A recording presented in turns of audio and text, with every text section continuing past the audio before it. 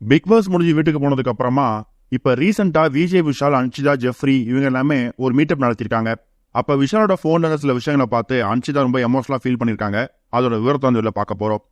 Big Boss season 8ஓட second நடப்ப வந்தவர் தான் விஜய் விஷால். விஜய் விஷாலுக்கு இந்த பிக் பாஸ் வீட்டுல போகும்போது நல்ல பேர் இருந்தாலும் நடுவுல கொஞ்ச நாள் இவரை பத்தியான பல விமர்சனங்கள் வந்துச்சு. அதுவும் விஷால் தர்ஷிகா, விஷா அன்ஷிதான்னு சொல்லி எக்கச்சக்கமான விஷயங்கள் இவரை பத்தி வயல பரவ ஆரம்பிச்சது. ஆனா அப்படிப்பட்ட விஷயங்கள் எல்லாத்துக்கும் வெளில வந்திருக்கூடிய விஷாலும் அன்ஷிதாவும் பதிலடி கொடுத்திருக்காங்க.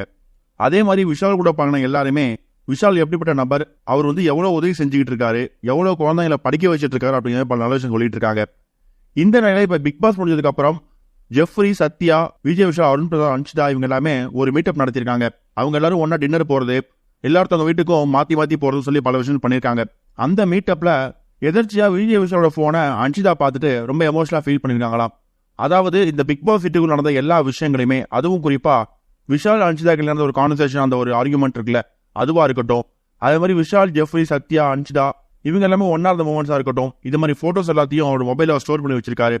அது போக இவங்க 4 பேரும் ஒன்னா இருக்கிற மாதிரி ஒரு ஃப்ரேமை கிளிக் பண்ணி அதை தான் வந்து விஷால் அவரோட மொபைல வால்பேப்பராகவும் வச்சிருக்காராம்.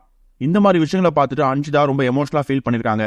யார் என்ன வேணா சொல்லட்டும், நம்ம 2 பேரை பத்தியோ இல்ல ஒன்ன பத்தியோ எவ்வளவு விமர்சனம் வேணா வரட்டும், என்னை பொறுத்த வரைக்கும் நீ எனக்கு ஒரு நல்ல ஃப்ரெண்டு, ஒரு வெல்விஷர். நம்மளை பத்தி 1000 நெகட்டிவிட்டி வந்துட்டு இருந்தாலும் அந்த எல்லா விஷயங்களும் நம்ம தூரமா வச்சுட்டு நம்மளோட ஒர்க்கை மட்டும் பார்ப்போம் அப்படிங்கிற மாதிரி பல விஷயங்களை விஷாலுக்கு அன்ஷிதா அட்வைஸா கொடுத்துருக்காங்களாம். அதே மாதிரி இந்த ஒரு ஃப்ரெண்ட்ஷிப் அப்படிங்கிறது ஏதோ நிப்பாட்டாம பிக் பாஸ் சீசன் 9, 10 பல சீசன் வந்தாலும் நம்மளோட ஃப்ரெண்ட்ஷிப் வந்து கடைசி வரைக்கும் முடியக்கூடாது அப்படிங்கிற மாதிரி பல விஷயங்களை இவங்க 4-5 பேர் ஒன்னா சேர்ந்து ஒரு வாக்குறுதியாக எடுத்திருக்காங்களாம். இது ஒரு பக்கம் இருக்க. இப்ப ரீசெண்டா 12 வருடங்களுக்கு பிறகு மதகதராஜா திரைப்படம் வெளியாகி ரசிகர் மத்தியில் நல்லா வரவேற்பு வாங்கியிருக்குது. அதே மாதிரி இப்ப ரசிகர்கள் ஆவலா எதிர்பார்த்துட்டு இன்னொரு படம் என்னன்னு கேட்டீங்கன்னா துருவ நட்சத்திரம். சொல்ல போனா இந்த படம் கிட்டத்தட்ட ஒரு 7 வருஷமா ரிலீஸ் ஆகுன்னு பார்த்துட்டு இருக்கும்போது இந்த படத்தை ரிலீஸ் செய்தி தள்ளி போயிட்டே இருக்கு. இந்த படத்தை வந்து ஓடிடில ரிலீஸ் பண்ணக்கூடாது, பிக் ஸ்கிரீன்ல பார்க்கணும் அப்படிங்கிற மாதிரி தான் ஃபேன்ஸ் காத்துட்டு இருக்காங்க. ஆனா இந்த படத்து மேல இருக்கக்கூடிய பிரச்சனைகள் காரணமா தொடர்ந்து ரிலீஸ் செய்ய தள்ளி போயிட்டு இருக்கு.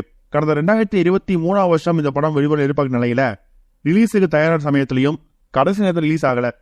இப்படி இருக்கும்போது மதகதராஜா திரைப்படத்தை வெற்றிக்கு அப்புறமா துருவ நட்சத்திரம் படத்தை திரைக்கு கொண்டு வரதான முயற்சி நடந்து வந்துட்டு இருக்குதான். சமீபத்தில் கௌதம் மேனன் ஒரு பேட்டி கொடுத்திருக்காரு.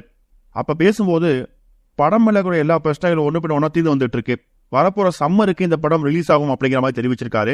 இந்த ஒரு விஷயம் விக்ரம் ஃபேன்ஸ் மத்தியிலையும் ரொம்ப வருஷமா துருவ நட்சத்திரம் படத்துக்காக வெயிட் பண்ற ரசிகர் மத்தியிலும் ஒரு சந்தோஷத்தை ஏற்படுத்தியிருக்குது. நீங்க மதகதராஜா திரைப்படம் மாதிரியே துருவ நட்சத்திர திரைப்படத்துக்கு எந்த அளவுக்கு ஆதரவு கொடுப்பீங்க அப்படிங்கிறத மறக்காம கமெண்ட்ல ஷேர் பண்ணுங்க.